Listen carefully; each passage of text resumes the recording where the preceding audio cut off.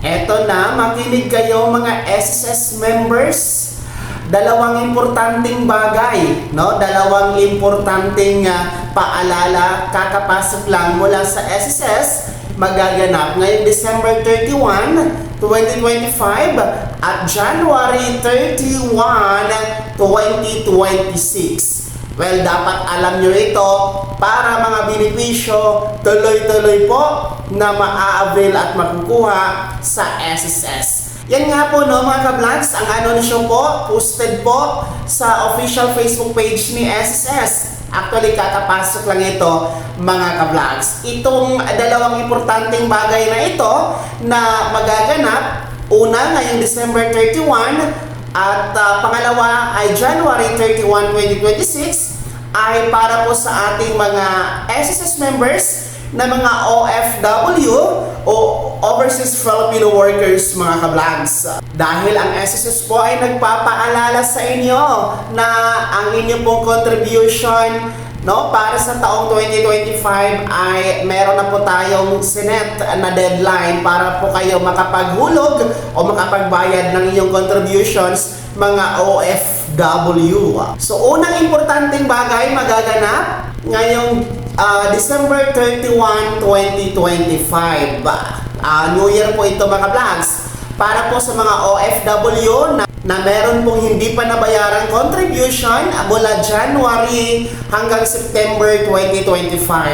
Ang deadline po ng pagbabayad ng yung contribution na yan ay ngayong December 31, 2025. No? So ulitin ko ha, mga OFW na meron pong hindi pa naibigay o nahulog na contribution na SSS mula Enero hanggang Setyembre ng taon na ito, ang deadline po ay December 31, 2025. Pero, since ang December 31 po ay holiday, yan po ay bispiras ng bagong taon at wala pong pasok dyan ang kahit anong gobyernong ahensya, kahit naman po ating mga pribadong mga opisina.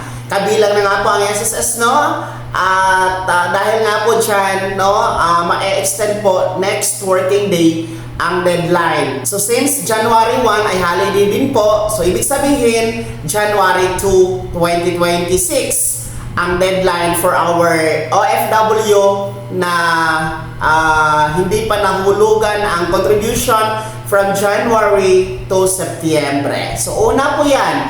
Pangalawa na importanteng bagay, mangyayari po ngayong January 31, 2026.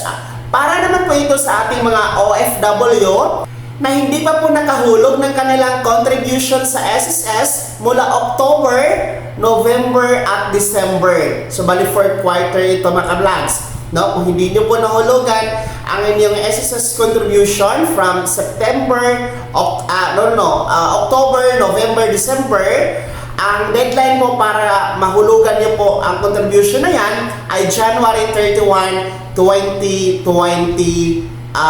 mga ka-vlogs, So tandaan nyo po yan. Paalala po ha, Philippine Standard Time or Philippine Time po ang gagamitin sa mga petsang yan, sa mga deadline na yan. So mahalaga po ito mga OFW na inyo pong mahulugan ang inyong contributions sa mga nakatakdang deadline o schedules dahil para po hindi maputol ang mga benepisyo na para sa inyo, tuloy-tuloy nyo pong makukuha. And syempre, para po protektado ang inyong pagtatrabaho o pamamalagi dyan sa ibang bansa dahil nga po sa SSS ay nagbibigay ng proteksyon sa bawat Filipino members mga ka-vlogs. Uulitin ko, huwag kaligtaan mga OFW, ang deadline po ng schedule para po sa inyong 2025 contributions. Una, kung hindi nyo po nabayaran from January to September ang contributions, deadline po ngayong December 31,